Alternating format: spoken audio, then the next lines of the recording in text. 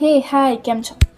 ગઈકાલે ધોરણ 6ના મારા એક વિદ્યાર્થીએ મને એવું કીધું કે મિસ આવતીકાલે મારો બર્થડે છે ને, તો હું નહીં આવું.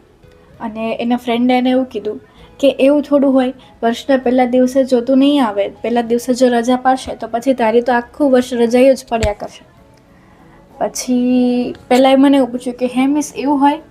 હવે એનો જવાબ તો મારા પાસે કંઈ હતો નહીં, પણ આજે મેં વિચાર્યું કે ચલો, કદાચ જો એવું હોય કે વર્ષના પહેલા દિવસે જે કરીએ એ વર્ષ આખું પણ થતું રહે, તો મેં કીધું કે ચલો ને ટ્રાય કરીએ. હમણાં પેલું ટ્રાયલ રીલવાળું પણ બહુ નીકળ્યું છે ને, તો this is my trial reel. કે જોઈએ, આજે વર્ષના પહેલા દિવસે હું તમારી પાસે આવી છું.